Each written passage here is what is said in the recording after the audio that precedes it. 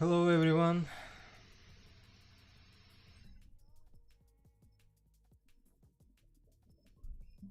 Welcome, welcome. So yesterday I had a little day off. Today will be quite chill stream. So our plan for today is, do you see me, right? Yeah, you see me, you hear me.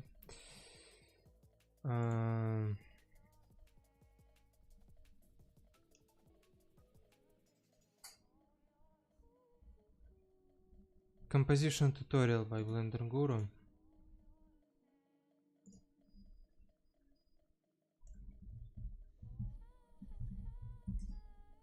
Composition tutorial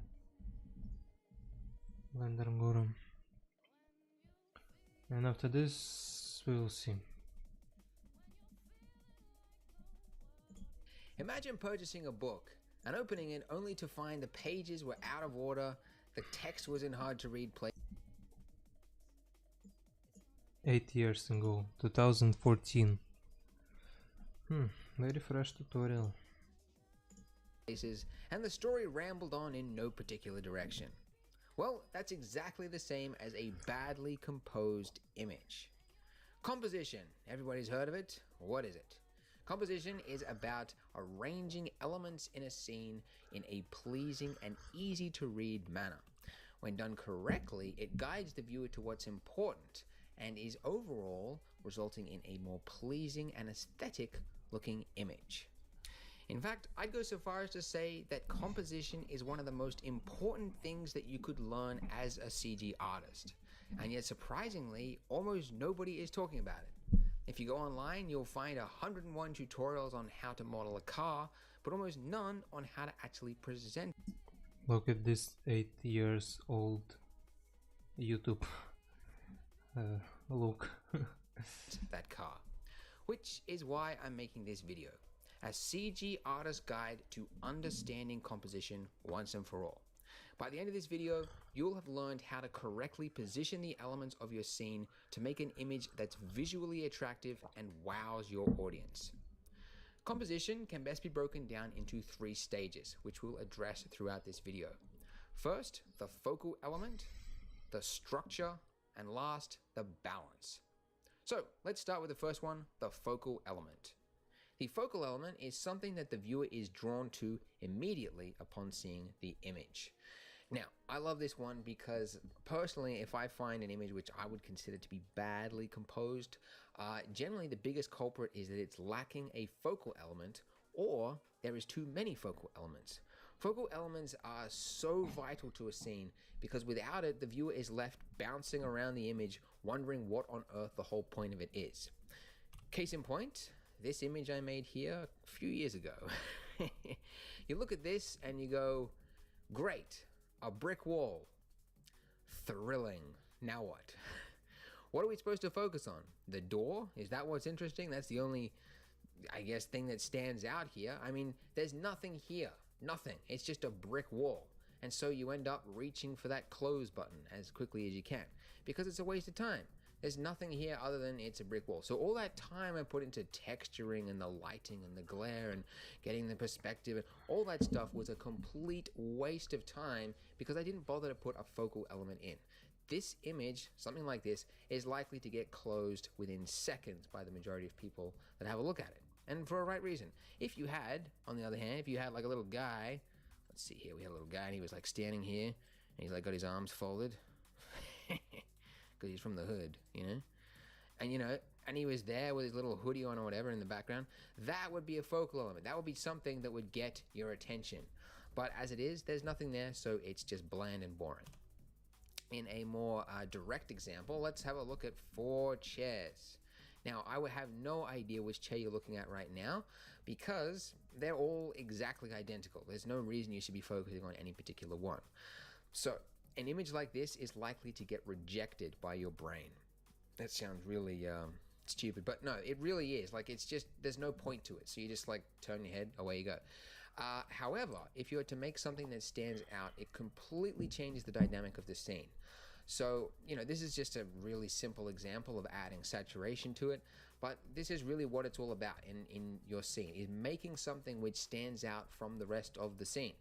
And it's so important. If you don't have it, it's just completely lacking. So this is saturation, but there's a variety of other ways. I'll give you one more example here, and that is contrast. And this is one you see a lot, particularly used incorrectly. So this is one you have to be wary of, because a high contrast, basically white and black, sitting next to each other, is really like it's like a magnet for your eye. You're like, "Whoa," and you just look at it, right?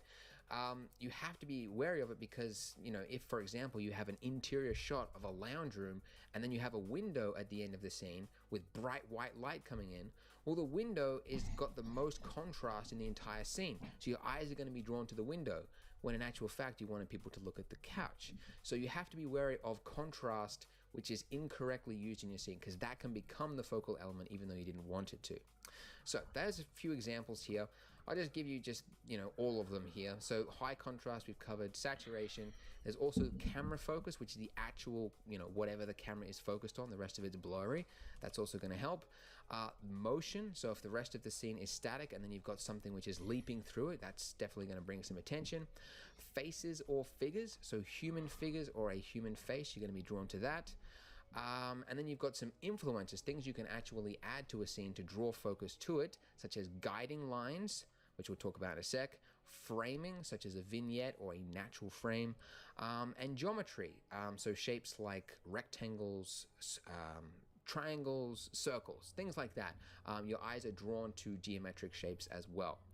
So let's look at a few examples in detail. This one here is a great example of a focal element done well.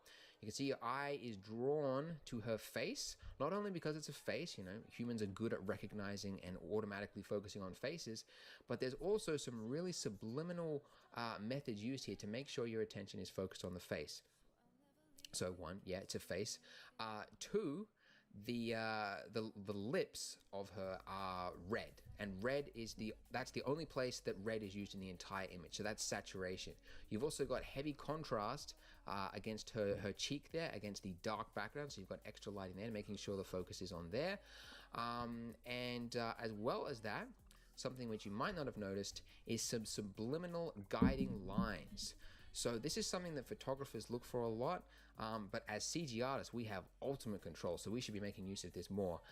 It's essentially lines, curves, shapes, but that basically have a line to it that subliminally directs your eye to something of that you are trying to direct the viewer to, you know what I mean? So in this case, this artist has used this flowing floral sort of circle, around to subtly guide your attention to her face. Very, very clever, really well used. And as you can see, it's pulled off, nicely. Another example here, I would say on a limb that your attention is focused on this guy right here. So, number of things here which are guiding you to him. One, high contrast. He is a silhouette. He's black against white. Two, he's a figure. So humans very good at identifying other figures. So that's another reason your eye is drawn to him. Another one is these guiding lines, which you might not have noticed, but the spotlights are all pointing down, making sure that your focus is on that guy there. And as well as that, you've also got the motion of him. He's jumping, so out of the rest of the scene, everything else is stationary except for him. And you've also got some framing, such as the vignette around the edge there, which is making sure your attention is brought inwards.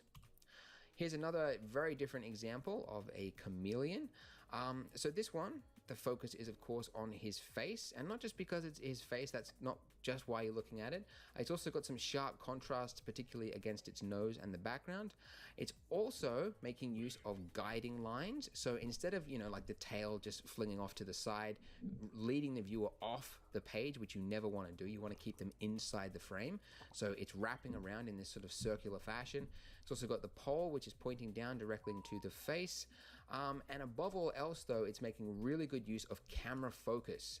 So everything else is blurry, even parts of the body, except for his face, which is completely razor sharp in focus. So very clever, making sure that the focus is kept in one place. And this one I love. There's so many elements here at play, making sure that your focus is on that house at the end there. So let's address them quickly. The biggest one is, I guess, the road. Roads are super easy and really effective at guiding your attention. It's a guiding line, essentially. So roads, pathways, rivers, things like that. And having this road lead directly up to the house and just end, perfect way to make sure everybody's attention stays there. But not just that, it's also using symmetry. So it's mirrored basically on both sides, making sure that essentially with symmetry, your eyes are then drawn to the center of the mirror, which in this case is the house, which is great. It's also making use of repetition. So all of those trees there, that rhythm of the trees acts as a guiding line. It's also visually pleasing, having repetition in there. And as well as that, you've also got a really strong use of framing, which is the trees around the outside, directing you pretty much to the only area of contrast in the whole scene, which is the house itself. So specifically the top of the house, you've got heavy contrast against the sky. You've also got geometric shapes, which I mentioned before, squares, rectangles, as well as the triangle, the only place in the scene where you'll see geometric shapes. And the camera focus as well. So lots of elements there, making sure that the focus is kept on the house. Really, really clever. And another one here, which I really love. This is a great example because it's so saturated and there's so much bright contrast, and yet your focus is still brought to this guy, the face of this Viking. How does it work? Mostly through heavy use of guiding lines. All throughout this small scene, you've got subtle lines which are guiding you to the Viking. I'm almost certain this was deliberate. I just couldn't imagine this being an accident. But you know, the shape of the axe, the shape of that dragon's wing there, everything is guiding you towards his face, which is kind of interesting because you've actually got a dragon, another face on the left-hand side there, which you might not have even noticed on first looking. So really clever use there. You've also got some guiding lines down to the dragon's face, just in case you missed that. And also a clever use, you'll notice that just around here, you've got the bone, which is sticking up, and a tree in the background there, making sure that your eyes don't accidentally lead off down the edge of the page. So you've got something to stop it, which is really clever as well. Here is an example of a focal element done badly. This is a scene I did, I'm hoping, over a year ago. This is a great example of when it doesn't work, because you've essentially now got two elements which are fighting for your attention at the same time. We've got this this spaceship here which is zooming towards the camera, so there's a bit of motion there, bright contrast, everything like that. But as well as that, you've got the Earth, which is completely in focus. It's heavily saturated. It's got a lot of contrast due to the texture, and it's familiar to us, so we're drawn to that as well. So two elements equally important, both fighting for your attention. You're not sure which one is which, so it's irritating to look at. An image like this just isn't pleasing. It's just not fun. So this is an example of how it can fail. So make sure you have just one focal element, and that will result in a much more visually pleasing image. So again, these are the natural focal elements: high contrast, saturation, camera focus, whatever the camera's focused on, motion, having something jumping against a stationary set, faces or figures act as very good focal elements, and then you've got some influences to help influence a scene, such as the guiding lines, the framing, like a vignette, as well as geometry, so adding in some squares, rectangles, triangles, and circles. Anyways, that is the focal element. Moving on, let's talk about the second stage for composition, which is the structure. So this is what most people think of when they think of composition. Structure is essentially the organization of the elements in the scene based on a rule. So this rule, for example, the rule of thirds. Everybody knows about the rule of thirds. That's an example of structure. But I want to stress the point that it doesn't matter what structure you use, or that it falls into one of these, rules that are listed in a photography book or anything like that. Any structure is better than none at all. So, for example, let's have a look at this just random bunch of chairs in no particular order. It's very displeasing, and your mind basically rejects it immediately because you're not sure what to focus on. There's no clear indicators as to what the point of the image is. Just a bunch of random chairs, and it's just irritating, right? On the other hand, let's look at this.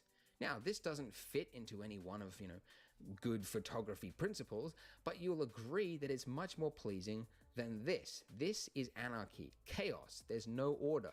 This one, there is. So it's using the Gestalt principles of design, so proximity, so chairs that are together, you think they're grouped, whatever. But it doesn't really matter, just the fact that there is some sense of order. That's what we're looking for, some sense of order, some structure to the scene. Some other examples, this is just random, but it's better than nothing, right? Circle, as opposed to the randomness. So anything will work better than just having a random looking scene. So that's what I wanted to stress here. So let's talk about the common structures, examples. These are ones you'll find in a lot of photography books. Biggest one, rule of thirds, golden ratio, a pyramid structure, symmetry, and full frame. Okay, so let's go over these in detail. The first one, rule of thirds. Everybody knows about this, but for those who don't, I'll just briefly explain it. Essentially, it's cutting the image into thirds along the horizontal and the vertical axes. And then where those lines intersect, there are 4 points of intersection you can see here with these circles. You essentially place something of importance there. So if you've got a character, you place their face right there. And often it's good to counter that. So if you've got a face that's drawn here, you obviously want to counter it by having something on the opposing point there. So anyways, that's the rule of thirds, and it works really well. It's essentially a simplification of the golden ratio, which is a little bit more complex, and I'll get to that one next, but it works really well. It's used a lot in movies and TV shows, and it's just great if you have a character and you want to show the rest of the scene. Here's some examples. This you can see with the rule of thirds overlay, you can see perfectly lining up. You've got the explosion point almost exactly on that intersection there. And the good thing about having rule of thirds for this kind of shot is that you're now able to see the rest of the scene. It's not just an explosion by itself, it's a city surrounding it. So there's a whole, you can add the rest of the story to it. So it works well for this type of scene. Another one right here, add the rule of thirds over to that, and you can see the cat's face there, the main character, the main point of focus for the scene, is almost lining up with that intersection there. Now, it's not lining up exactly, but it's close. And that's the thing, you don't need to become a slave and make sure everything's perfectly lined up like in the bridge of the nose. I mean, that will help, I guess, but it's not essential. It's just enough to have it near it and get sort of the basic, broad strokes of the scene according to these lines here. And you can see what's more important is you've got the cat there, but then you've also got this really high element of visual interest, which is the meal, the seafood itself. So it works really, really well. Here's an example of some photography by the US Army, and I'm almost certain this was cropped deliberately. I can't imagine that this came out of the camera this way, because as you can see, it lines up beautifully with the rule of thirds. So as you can see, it's just a visually pleasing image. The rule of thirds is also used a lot in movies and TV shows because it's perfect for characters. It allows you to see not only the character's relation to the environment around them, but also great for dialogue because it allows the two characters to face each other or face off camera and have a discussion. And it's just a really powerful technique in keeping an aesthetic shot whilst also continuing to tell the story. Next up, let's talk about the golden ratio. Oh boy. So everybody's heard of the golden ratio. Almost nobody knows what it's for. I mean, everybody knows, like, yeah, it's the golden ratio. I've heard a bit about it. So what? I mean, there's a whole bunch of myths about it, that it's just naturally going to make everything look amazing, and that's not true. Essentially, the story behind the golden ratio is that throughout nature, you will find instances of the golden ratio being present, such as in seashells. You'll find it in nature, like plants and flowers and things like that, as well as the gravity around planets. It's very interesting. A lot of people have come up to theories as to why this exact ratio works in the real world. It's just there. So because of that, some designers have influenced, have taken that design theory and influenced their designs because of it. So the iPod made use of it, and famously the actual violin was designed because of it. Now, there are some speculation, some people that are sort of against the idea that it just makes things naturally beautiful, because there's also the theory of suggestion. The fact that because we see this so many times, like because it's so familiar to us, we automatically just, think that it's beautiful because, the more we see something, the more we're familiar with it, the more it becomes, attractive to us, essentially. So yeah, there's that theory as well. But essentially, it does work because it's, seen off so often throughout nature, and it's been proven through a lot of designs to work well. Here are some examples. This beautiful image here by James Gardner, you can see is pretty much lining up exactly with the golden spiral, the golden ratio, however you want to call it. And I'm almost certain that was not an accident. Now, this could have been done with the rule of thirds, and it probably would have looked just as nicely, but it's using the golden ratio.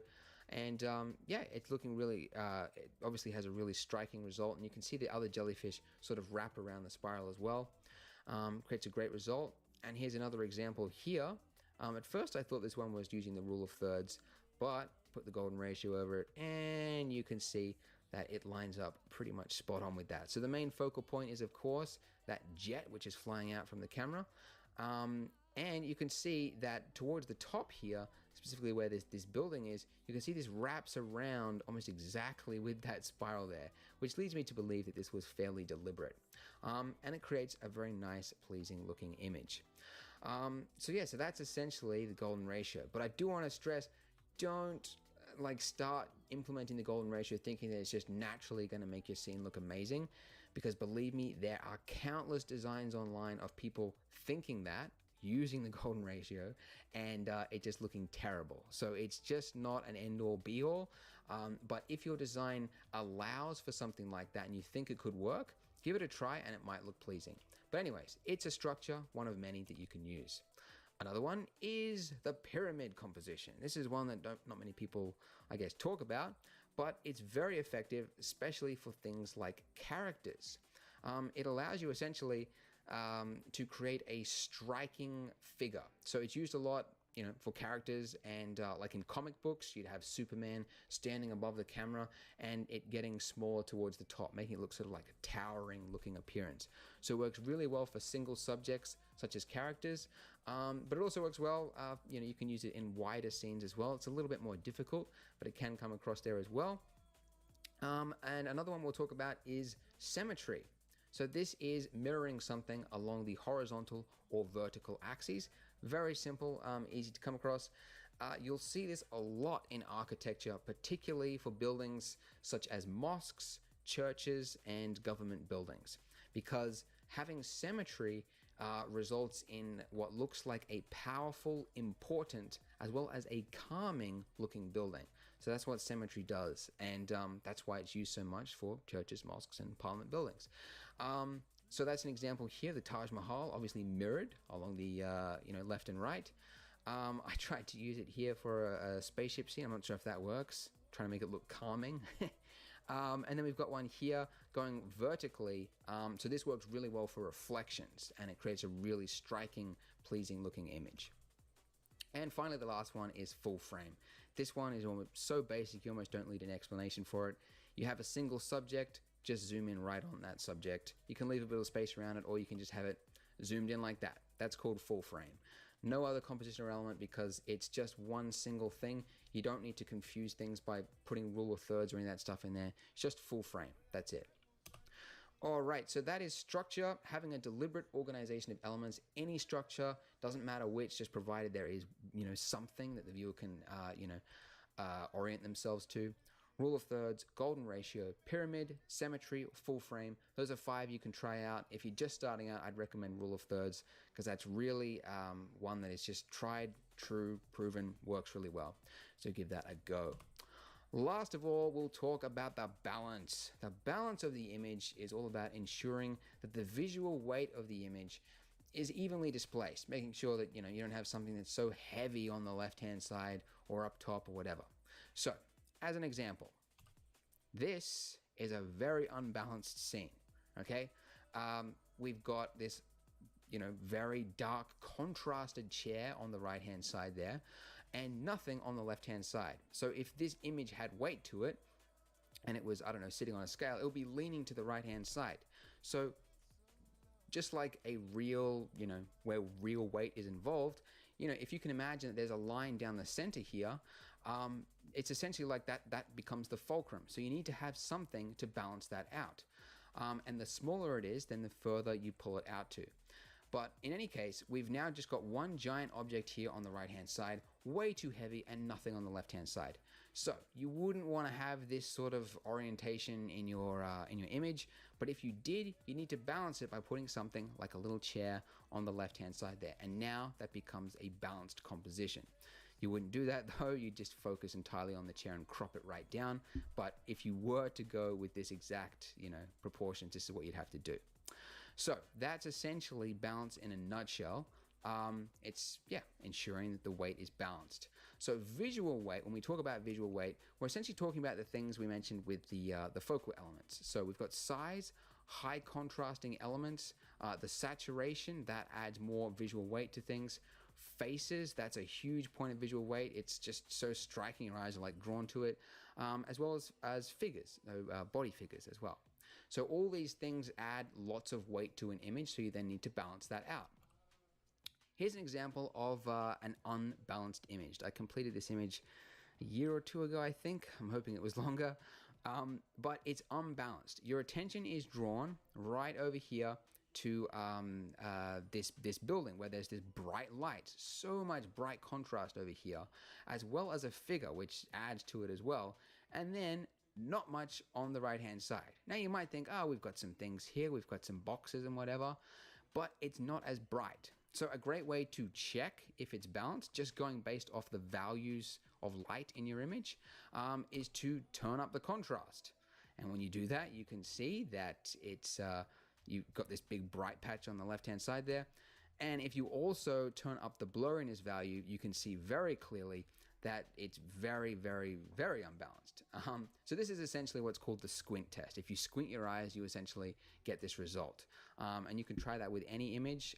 And that's just if you're going based off the values of things. But you also got to include things and remember things like saturation, the faces, characters, things like that can also add extra weight. But in this instance, if you wanted to balance this out, you would essentially need to put something around about here.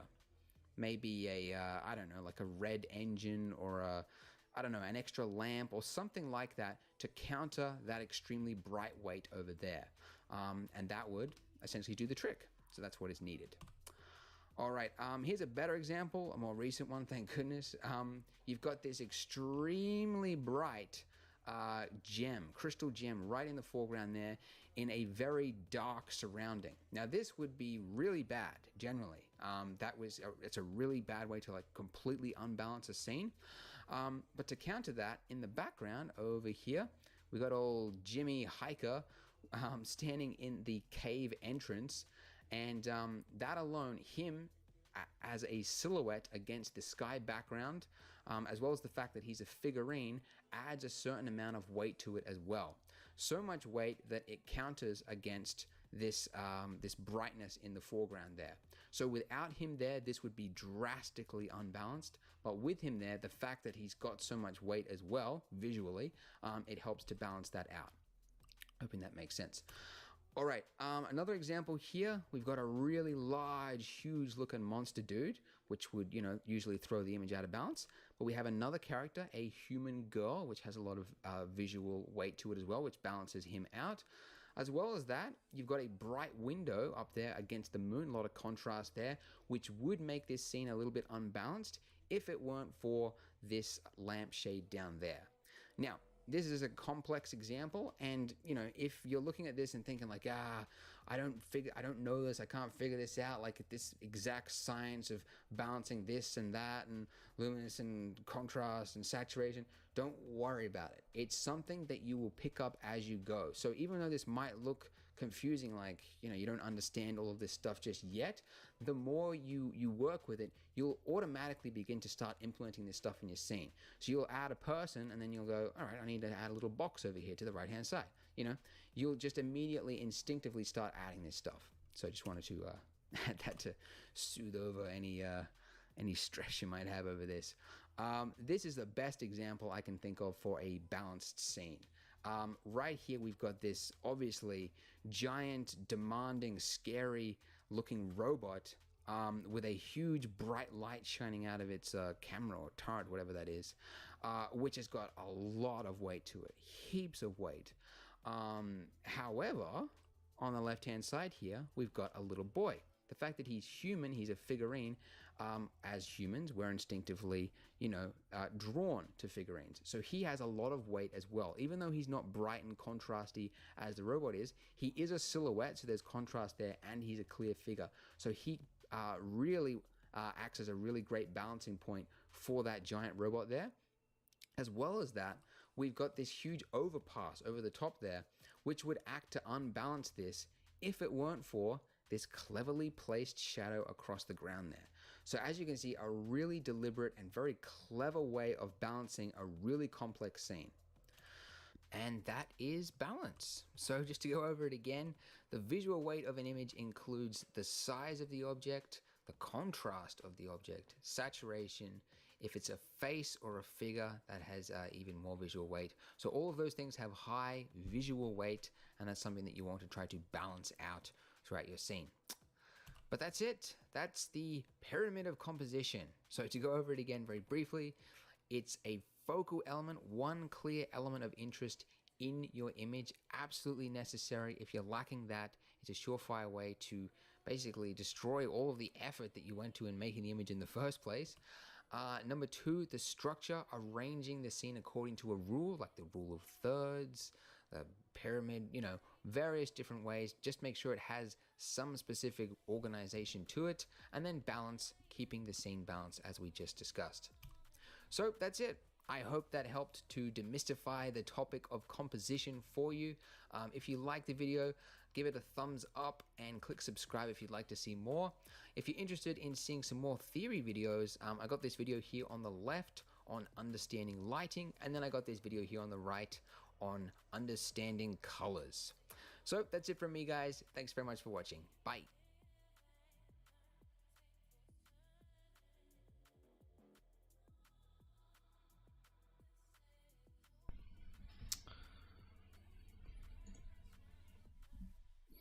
So watch understanding composition.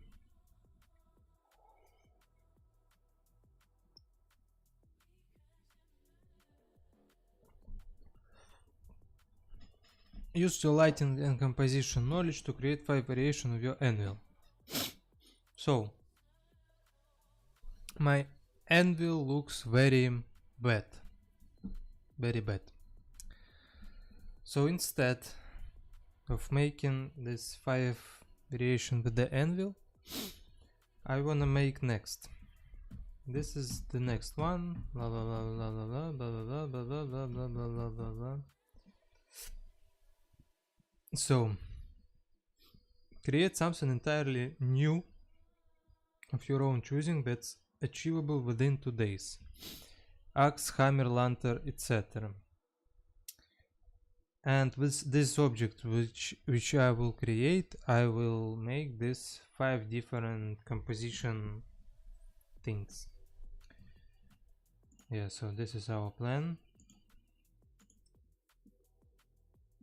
So easy. We will start today very easy because today I don't wanna be in a hurry. I just want to slow down a little bit. So what we are going to do at first, we are going to check for reference. So I want to make 3 objects. I want to make 3 objects: sword, axe, and shield.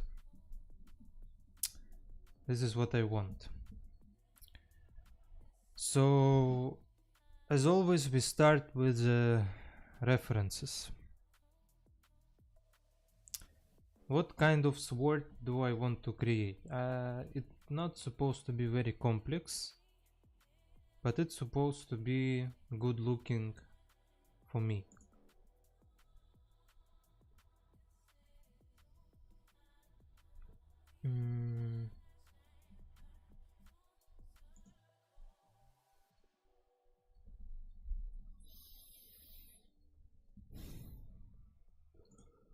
For example,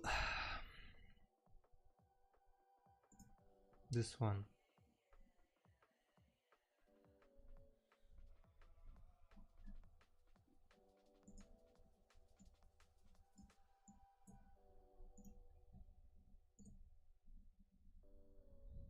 I want to have some few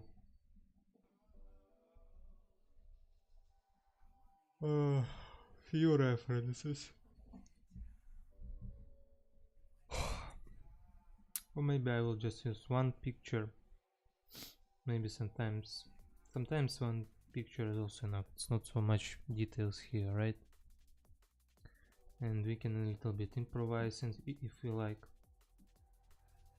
I mean, this shape is not complex, so it will be much easier to recreate it.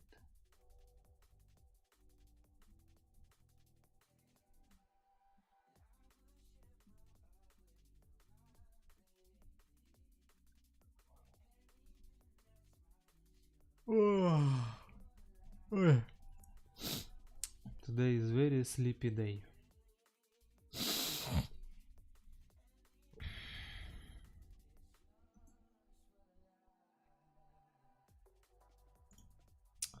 Добре.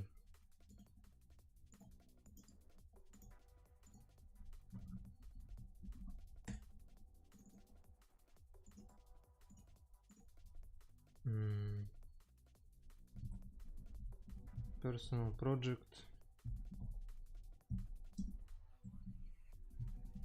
Sword.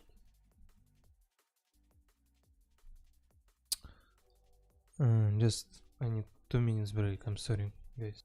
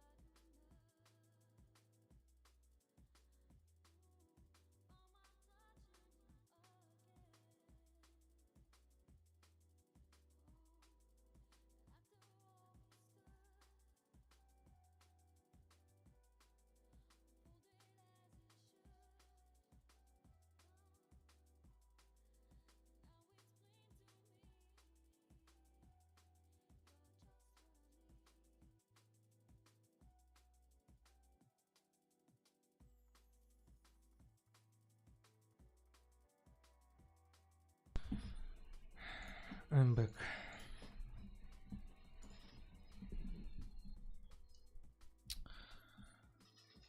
So we downloaded the sword, we open PureRef, we open our library,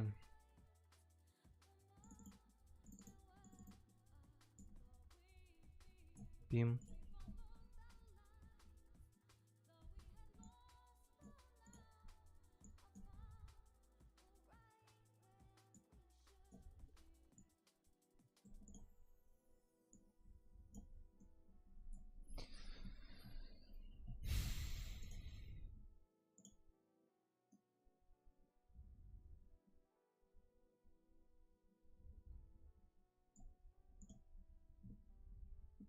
nee.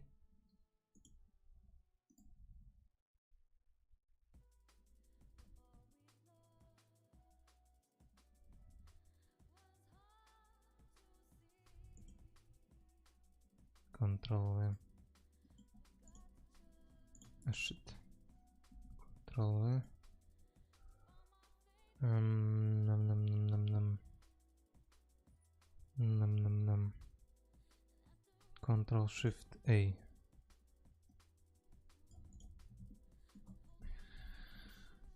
So, what is the figure which is mostly, I mean, best suits to the shape of sword? Let's see. I guess it's supposed to be even cylinder for the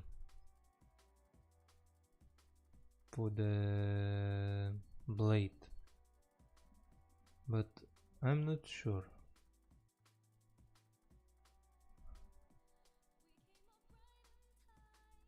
Why now?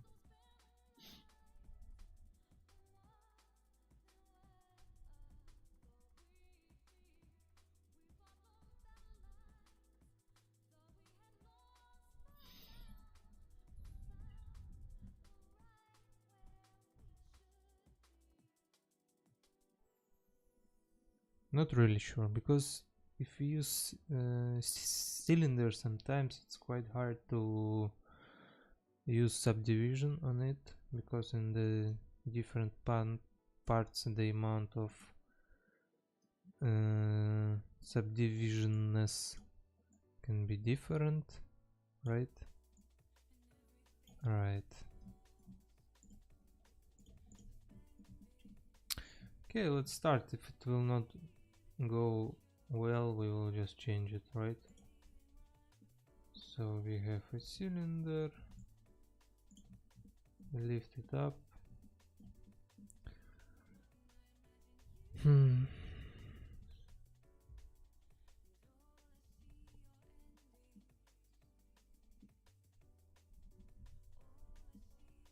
So let's start with blade, right? So Shift X, we make it like this. So this is our blade.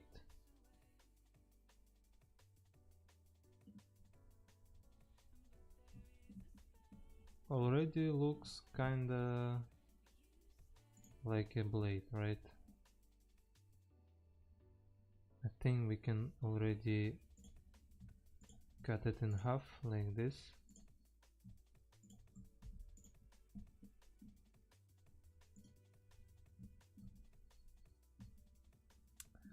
Can we make vertices between these two?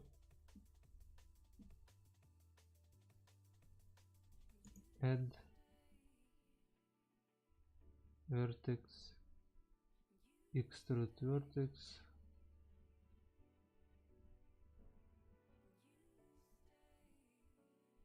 edge,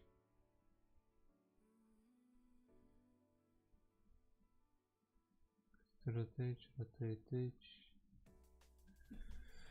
loop cut, HCs, mark seam,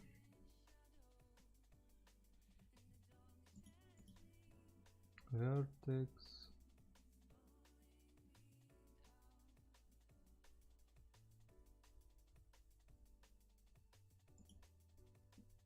No.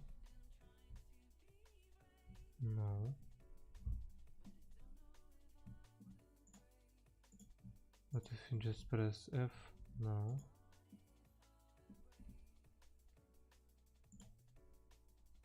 I mean, we can make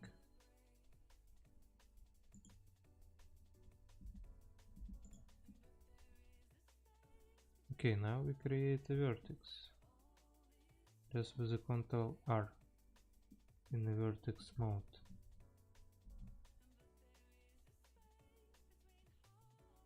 It's interesting that in the same way you can make vertices. So if you now try to move it,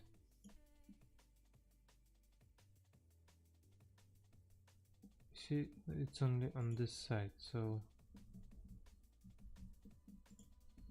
if you choose this one and goes to vertex and make Ctrl R, then create a vertex, then we choose both of these vertices and make merge by distance, 0 vertices removed. What if we make like this, M by distance, removed 1 vertex. So now if we move this one, it moves together, and I guess this is what we need. Also, it will be nice if it will be connected to the face, but I don't know how to connect it to the face. I think it will be just easier to create new faces. So anyway, I guess we supposed to make our sword a little bit smaller. Let's check the parameters decided. So what is the size of the usual blade? The width. Guess it's like maybe, I don't know. Let's make, so now it's 15 centimeters, yeah? Okay, let's make it 0.15. And X is, I mean, it looks fine for me, right? And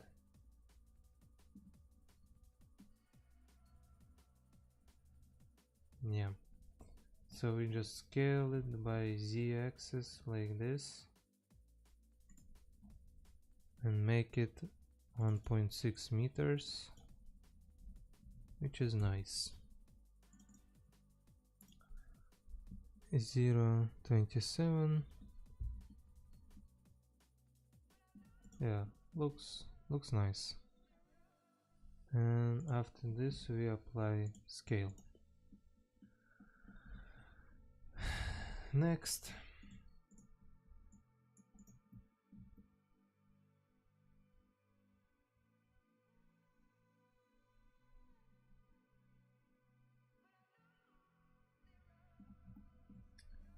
I guess I want to make it mirrored. So what am I gonna do? I'm going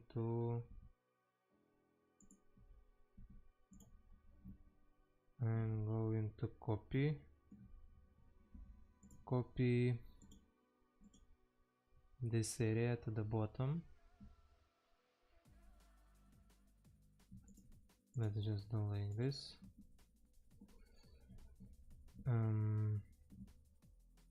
Shift D, G, Z. We pulling it down right here, and after this we magnet it to the face like this. And now what we can do is this. So I think it's better from this side. We just choose half of it. Yeah, and we delete vertices. So this is what we have remaining, and now we just make, I mean, it's even no need to make any, I mean, we just need to make a new face here, and I guess we are done. Also, according to Blender Guru, it's good to have all faces like in the 4 points. So we will just make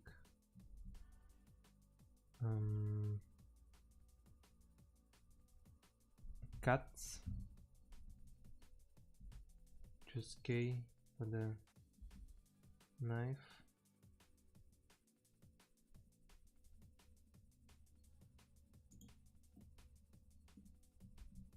Right.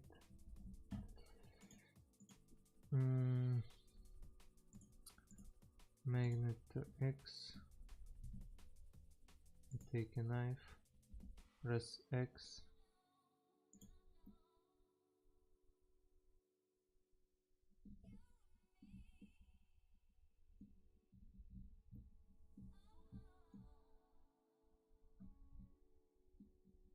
Once again K.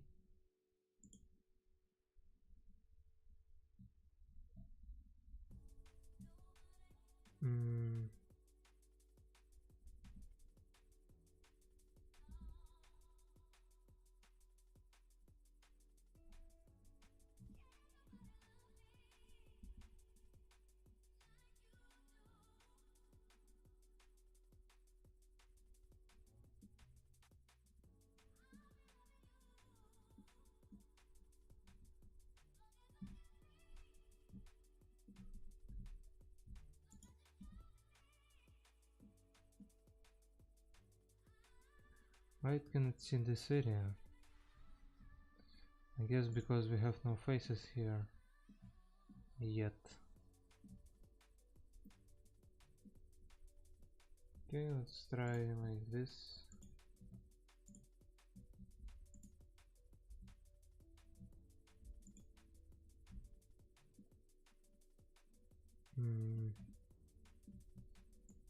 This part we don't need.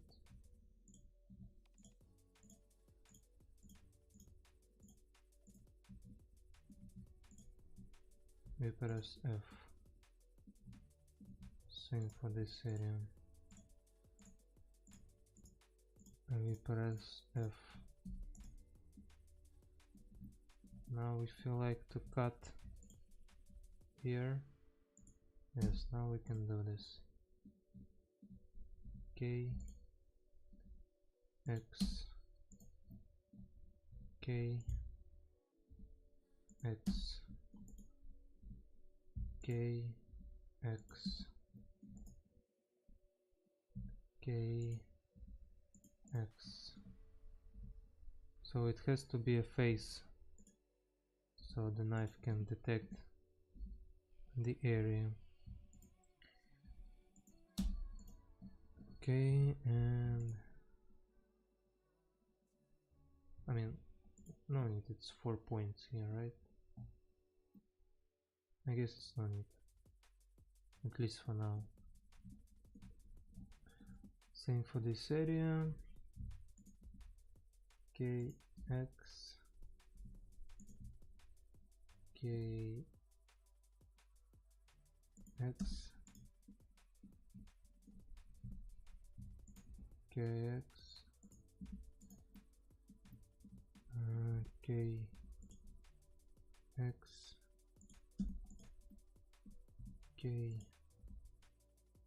KX, and KX. So 4 faces.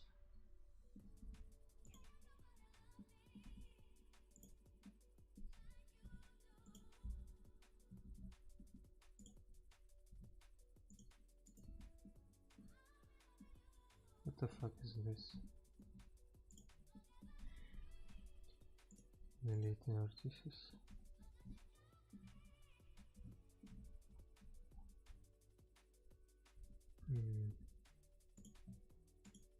This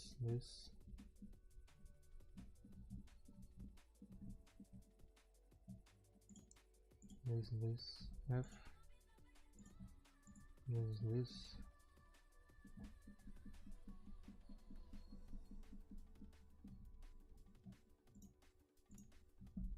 F.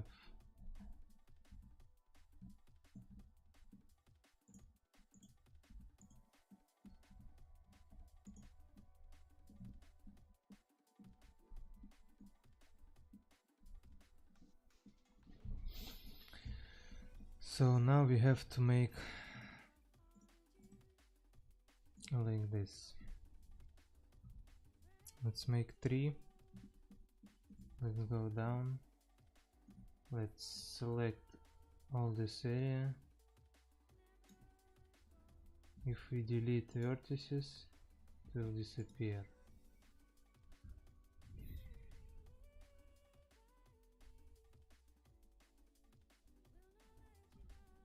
If we delete faces, edges, it will work.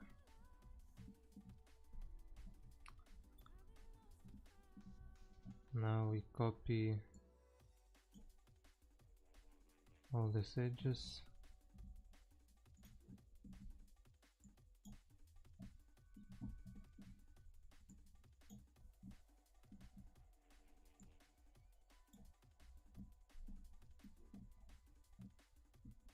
We magnet it, and that's it, right? Okay, we don't have faces now here.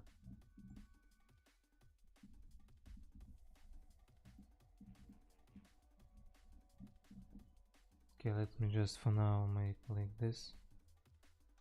Up, up. So it will be easier to connect all these faces.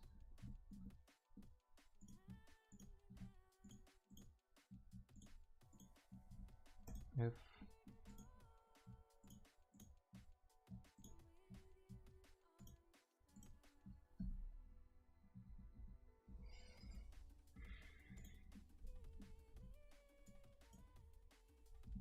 Merge by distance.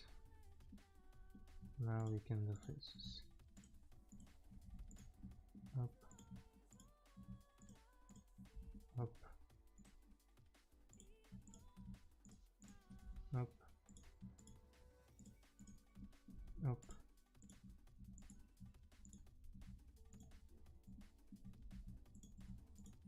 up, up, up, up, up, up, up,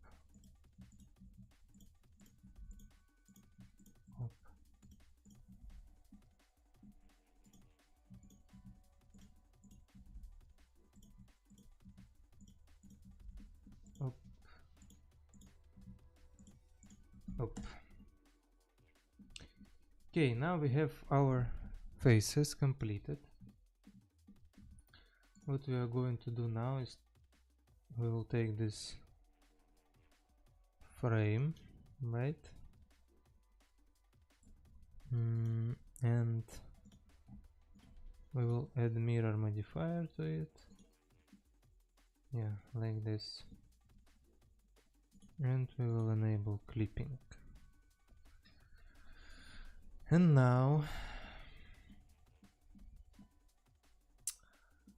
we have our prepared sword shape, which we can extend now back.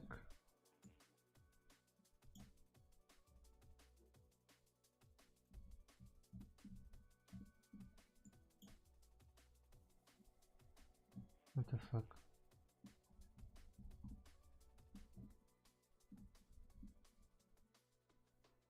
Oh, wait. I didn't switch on this.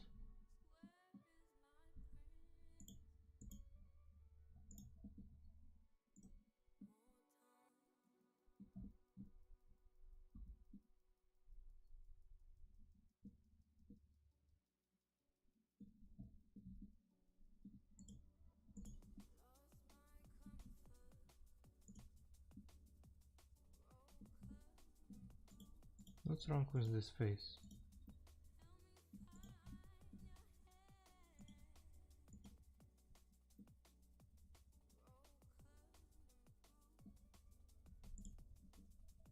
Flip normals? Okay. I don't know, for some reason it was flipped, but interesting. Okay. Now we make like this, and with this we can do this.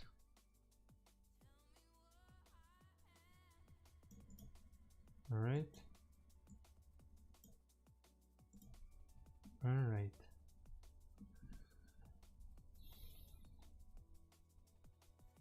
Pim. What's next? We need to make this cone here. Cone. How are we going to do it?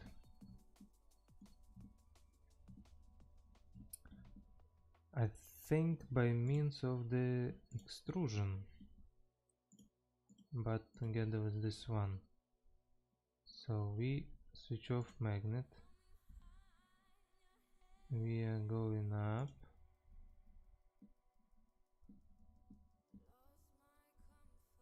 No.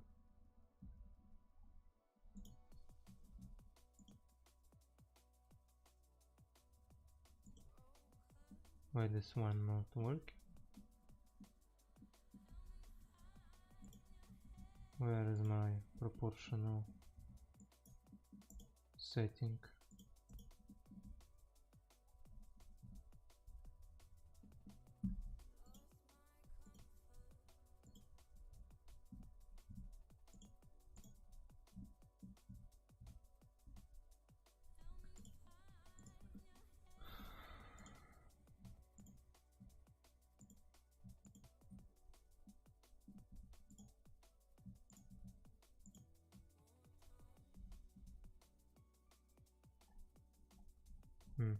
I see. Now I see.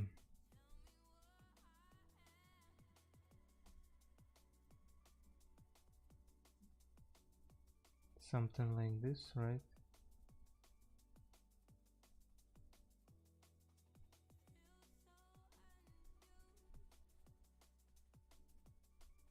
I mean, this is not the shape we need. I guess we need something like inverse square, right?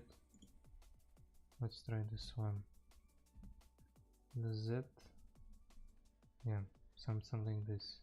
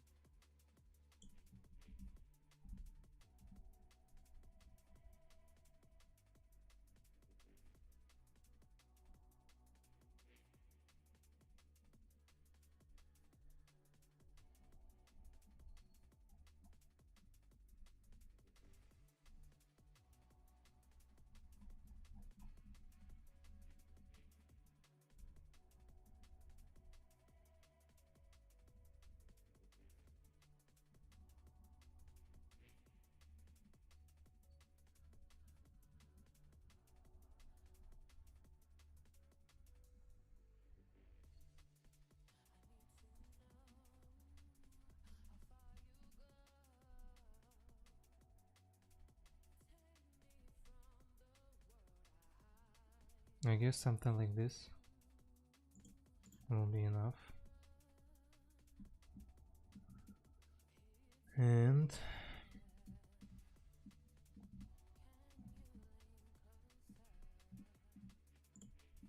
this area is supposed to be smaller.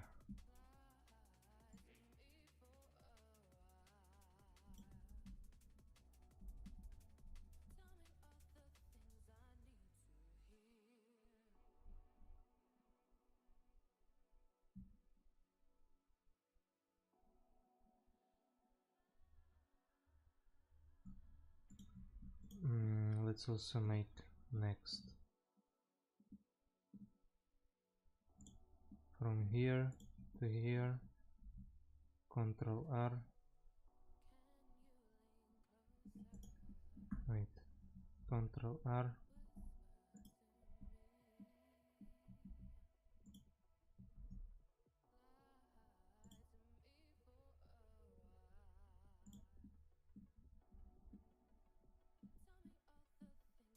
E. No.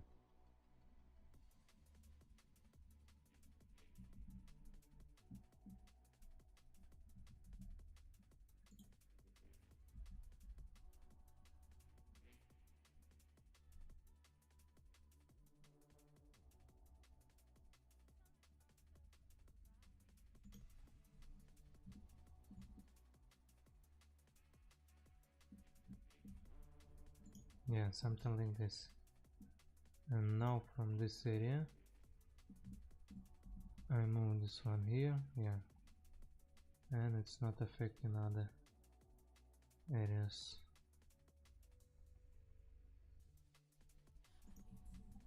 Let's check which we prefer more, maybe linear.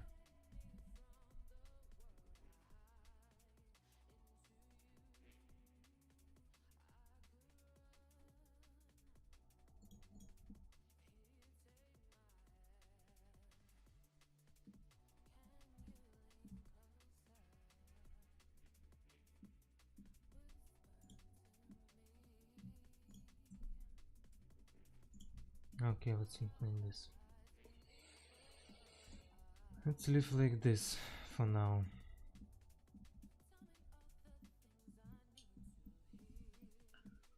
Also, these edges, this one and this one, they supposed to be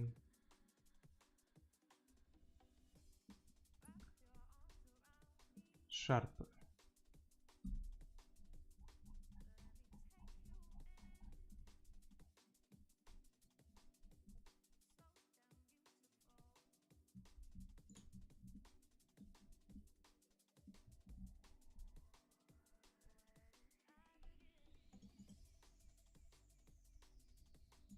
They're square.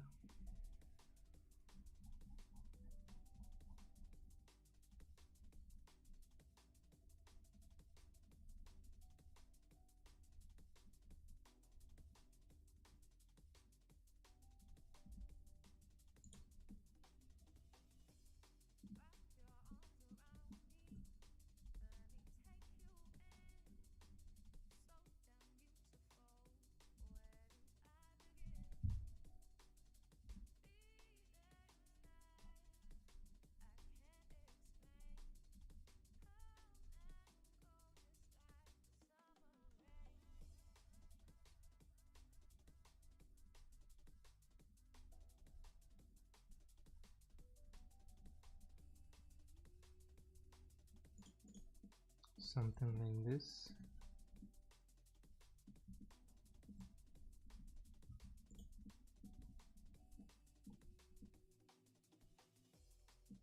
Does it look sharp?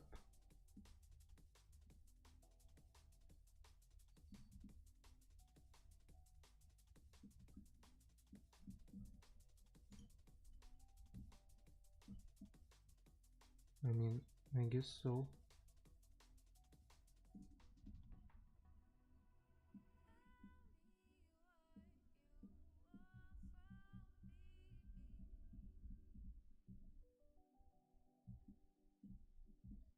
Let's try one more time from this angle. GX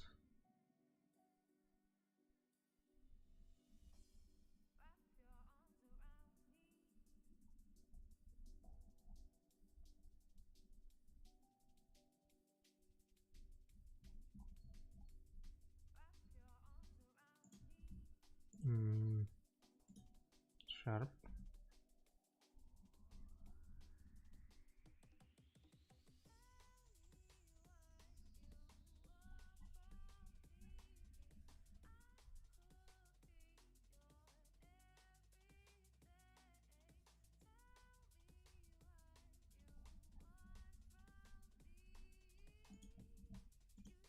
Linear.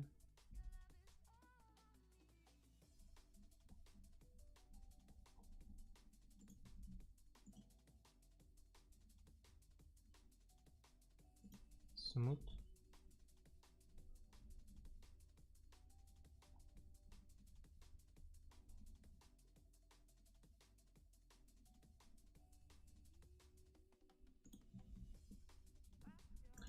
Maybe we can just do this manually. I mean, like,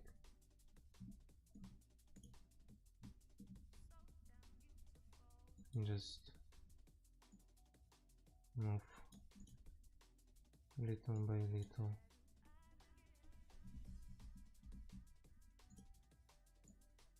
Like this. This one like this.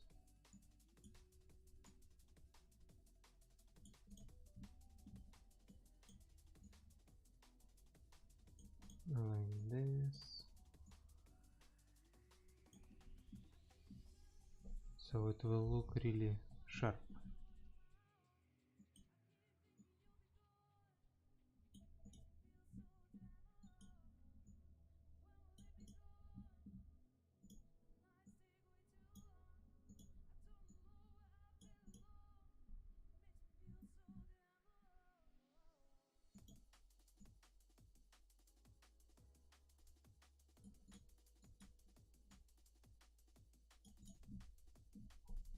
Оп.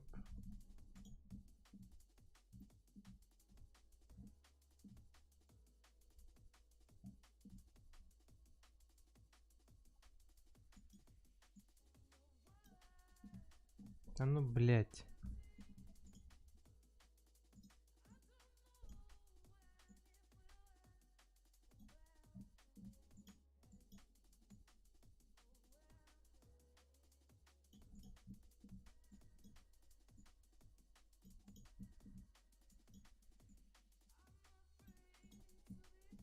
I mean, we can do like this. The fuck you, блять.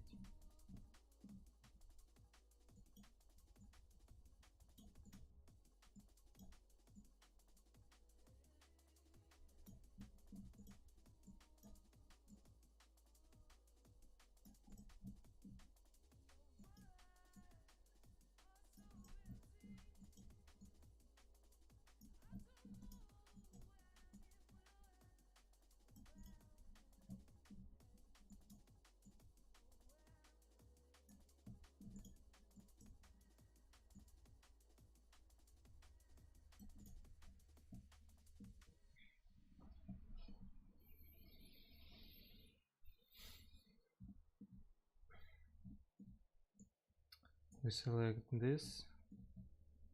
After this we select this.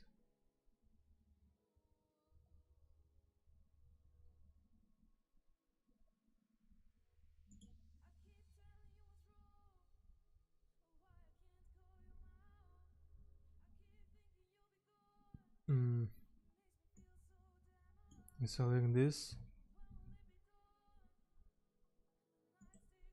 Make it separate.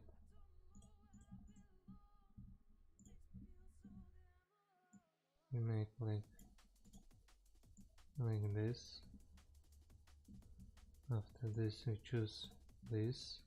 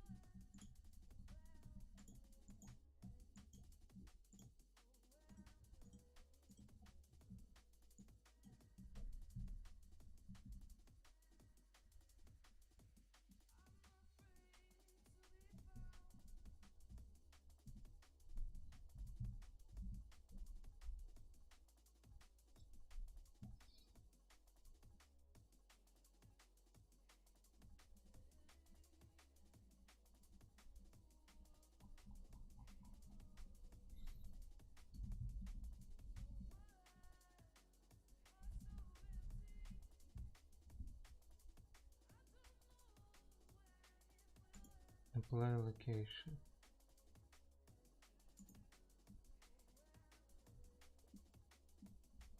No.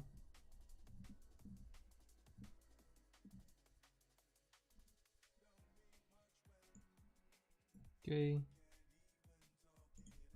In this case we can make easier.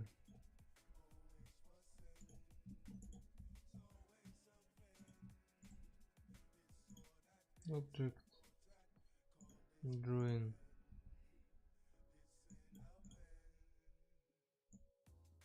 Take this, delete vertices.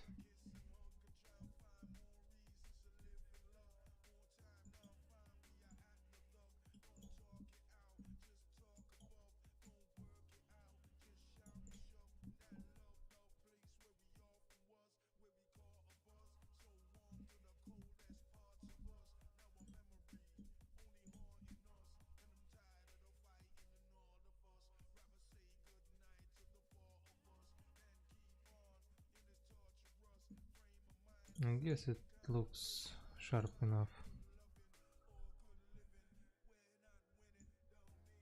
We make like this. Shift D, R, Z.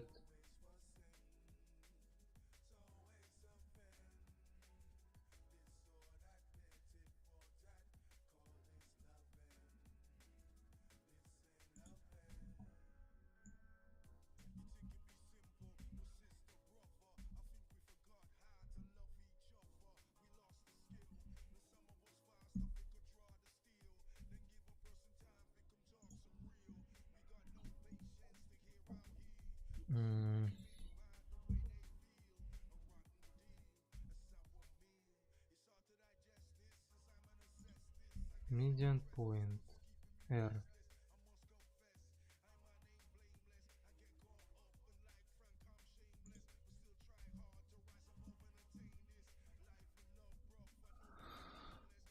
Why I can't rotate?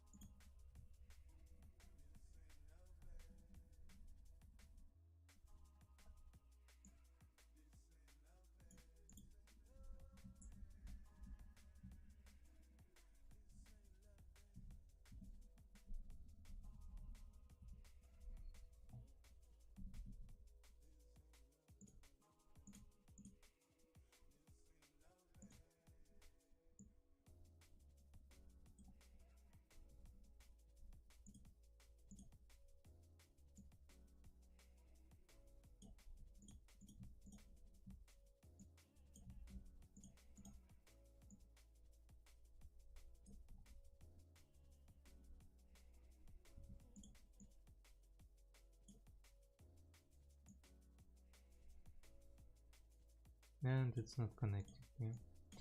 Okay, what if we delete? Yeah.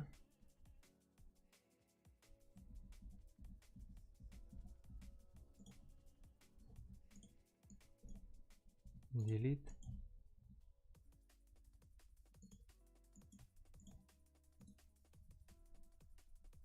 And we just mirror it by 2 axes. Like this.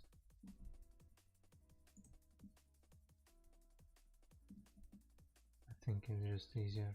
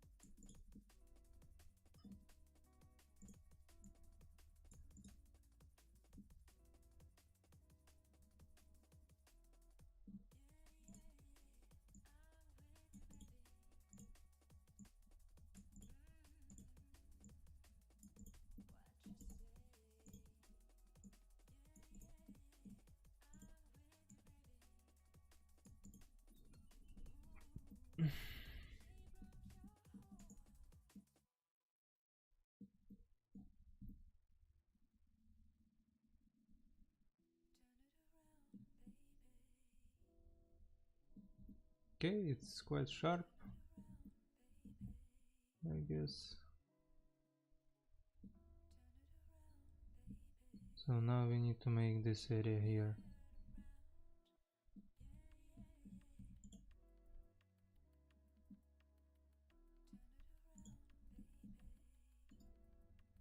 Shade smooth.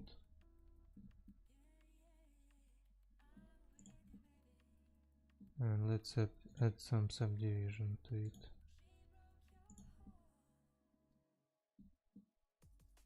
Yeah, like this.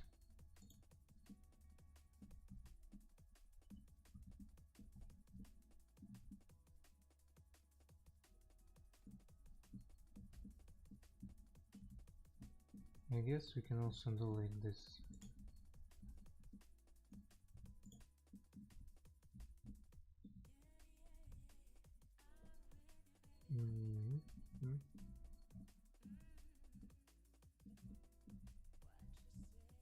Here in the bottom,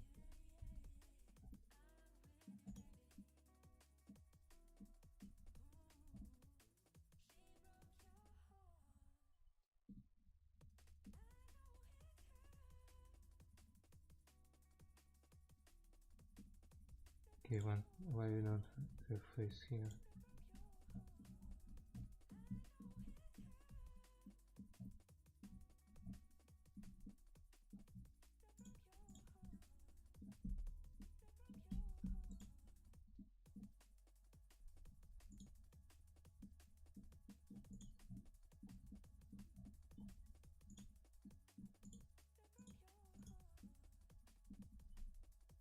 Oh, it looks like this.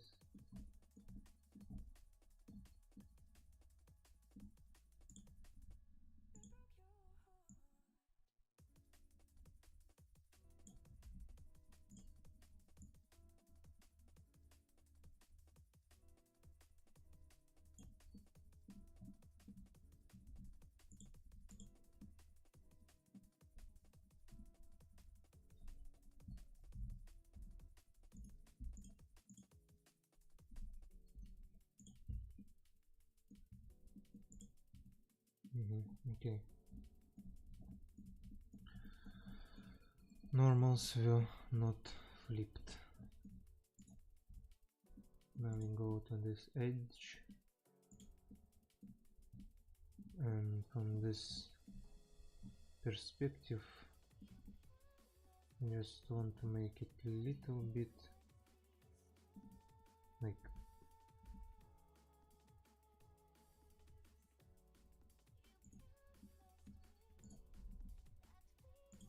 okay, so let's switch off clipping.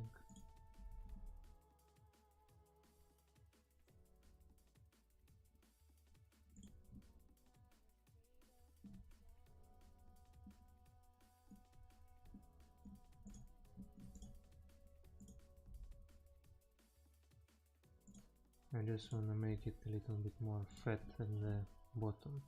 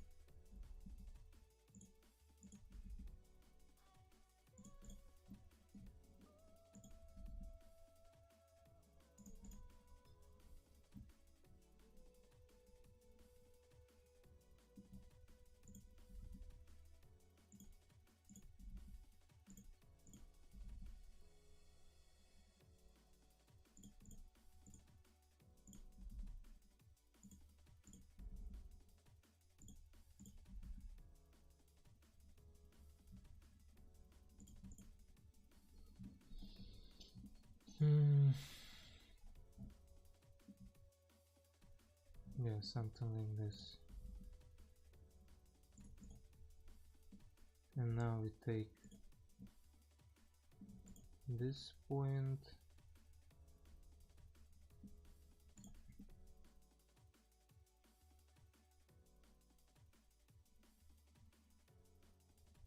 so we will do something like this. We will extrude this point by Y until this level, yeah.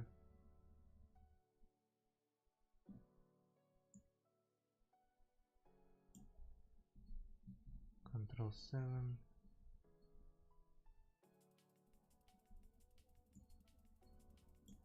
Yeah, like this. And now we connect these 2 points.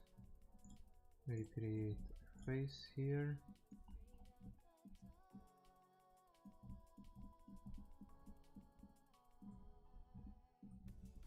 Yeah, and it goes here. 1,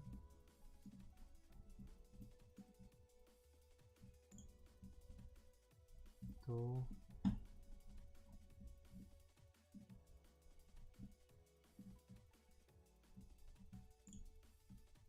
3.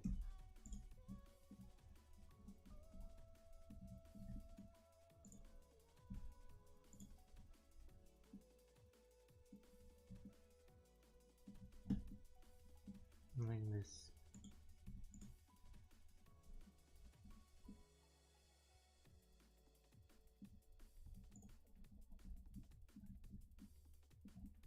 And now it goes like wider and wider until the end.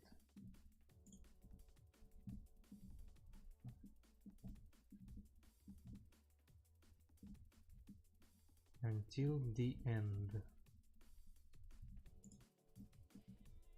Now here, this edge we need to delete, and we have to make a cut. Need to make a face first here, and after this we make a cut.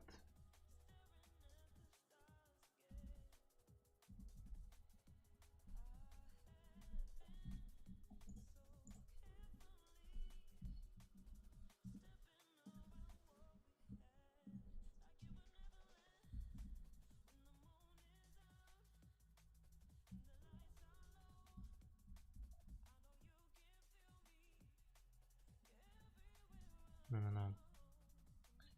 Make like this. Extrude X, and we need to attach it to the edge. Extrude X to this point. Yeah. Now we take this face, we delete this face, and we make one face and another face right here. And now we have a shape like this.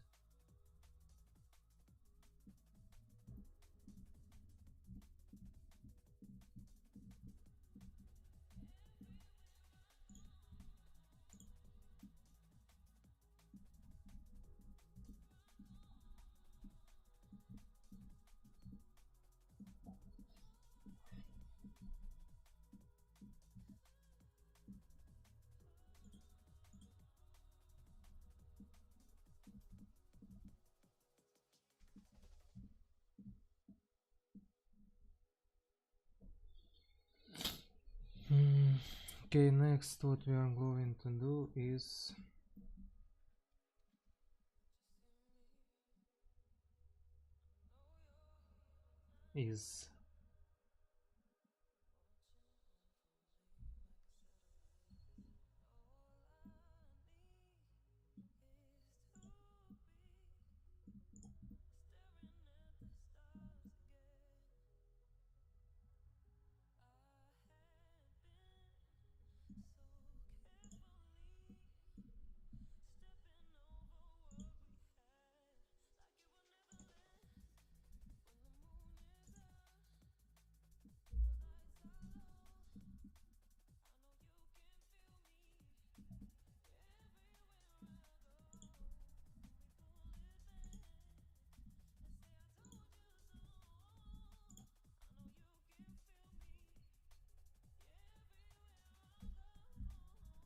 Where are the face normals?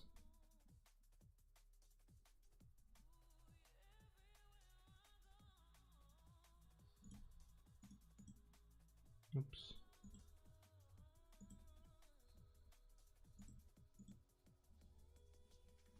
Back face cooling.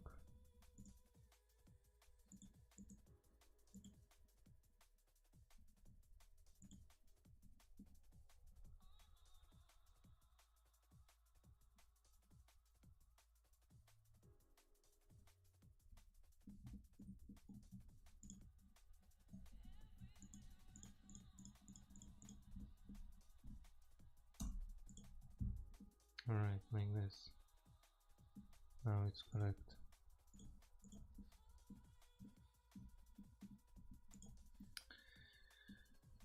So next. Next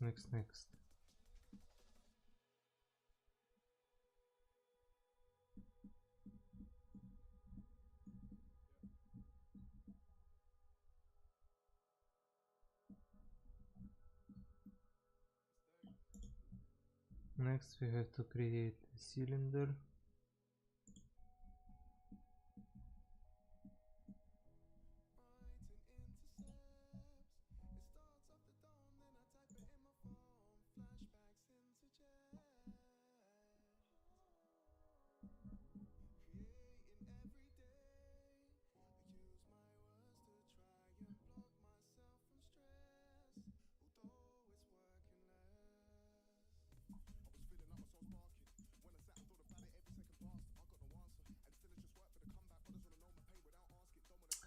I just want to make one more thing.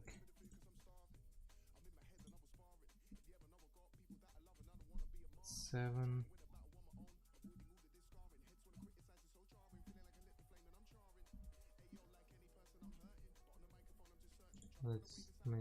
Let's take this edge, yeah. Switch on this one. Root.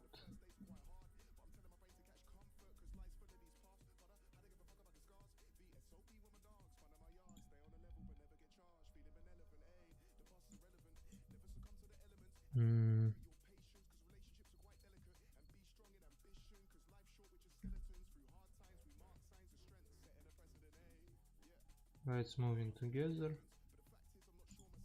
Can somebody tell me?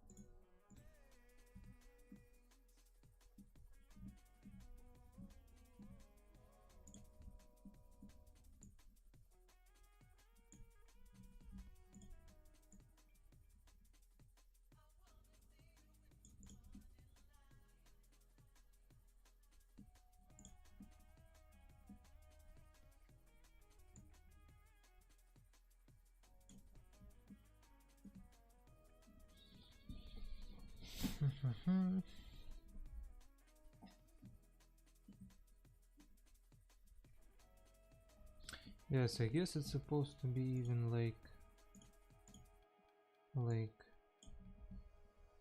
this.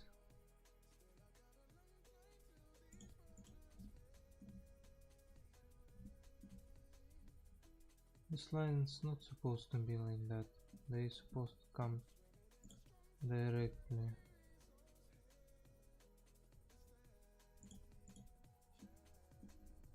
Right?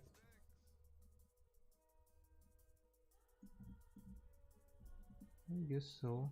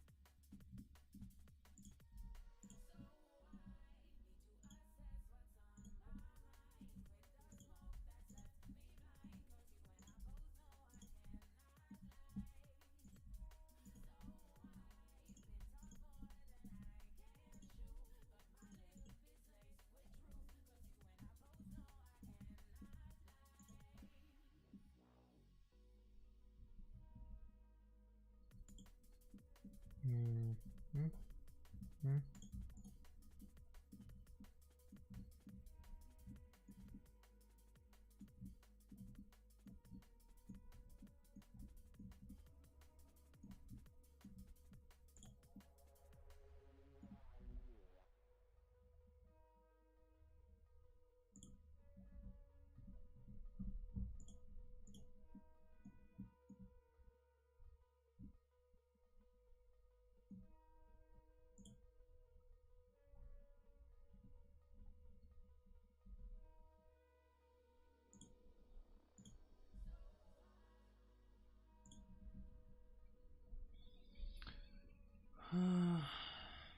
Vertex.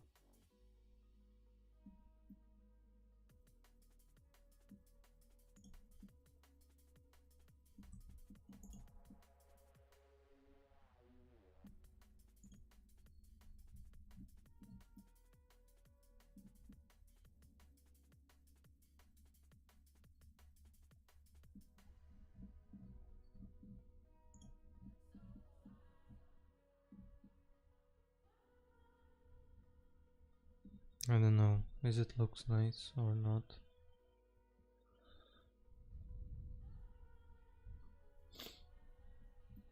Fucking sword.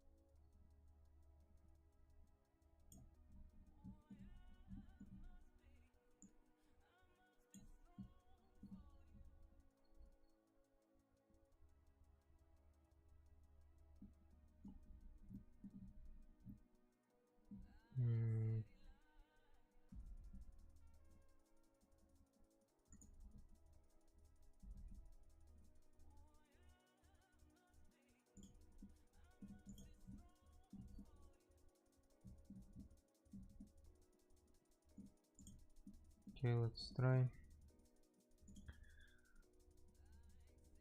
boolean.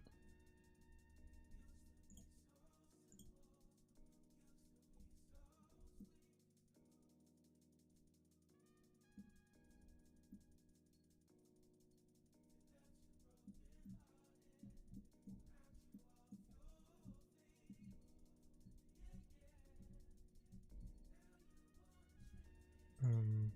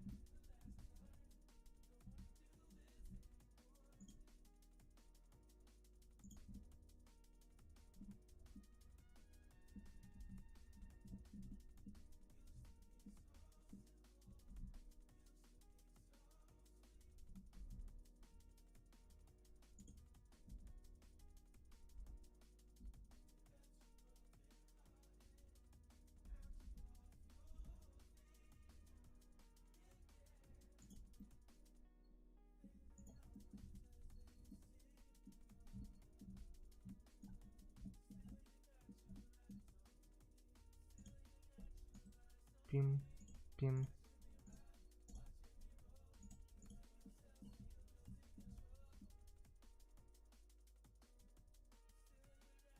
I guess it looks fine.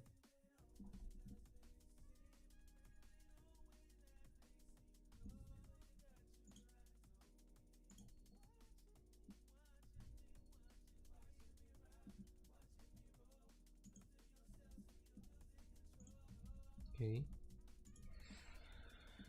And why it's not mirroring on the other side? Because I suppose mirrors has to be the last, right?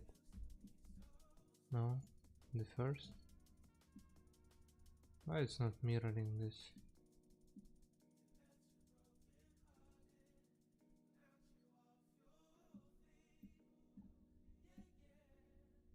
It's mirroring it by x axis, but no, not mirroring by. No, it's mirroring by y axis, but not mirroring by x axis.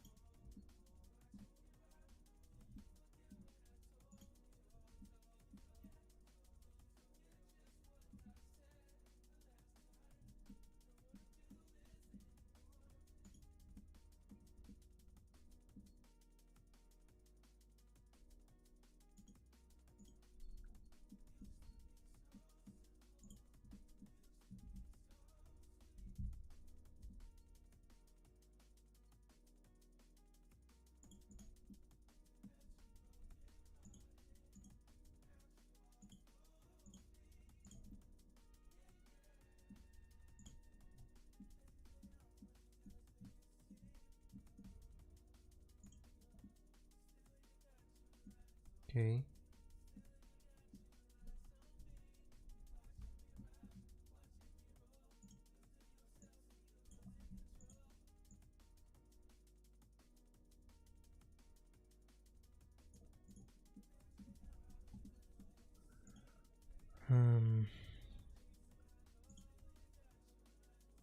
Boolean.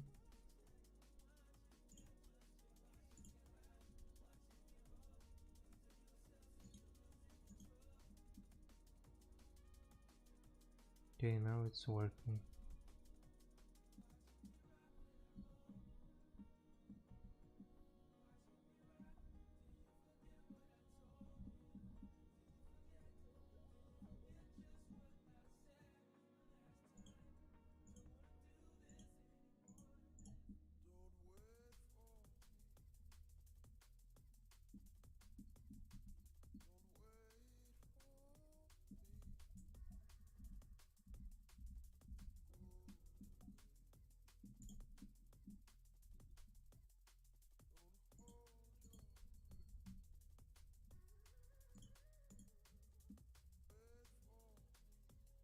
Okay, this one no need.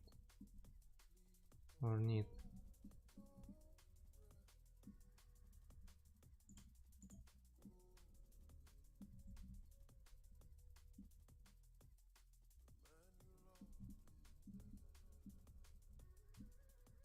The fuck is this? What did I apply? I apply subdivision, right?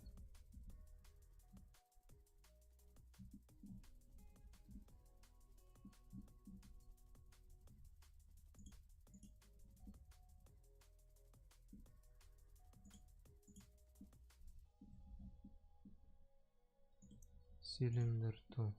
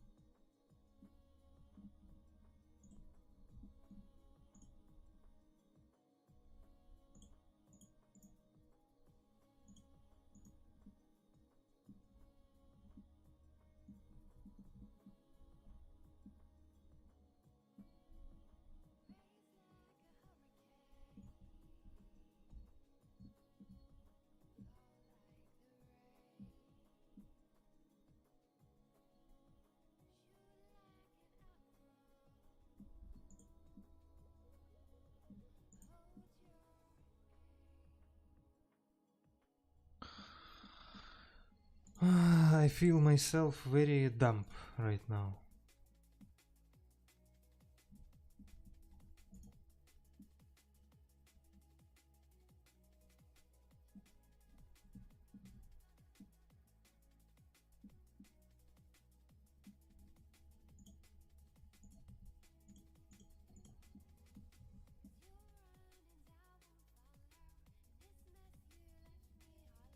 I guess I have to apply mirror because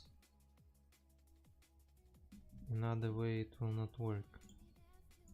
So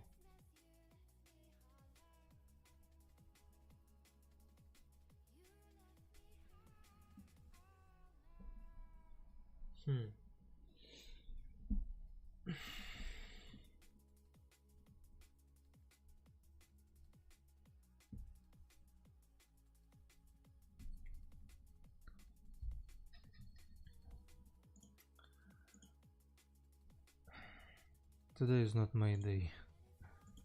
I don't know. I don't feel myself motivated today. Okay, we start. We will continue tomorrow. Thank you, everybody.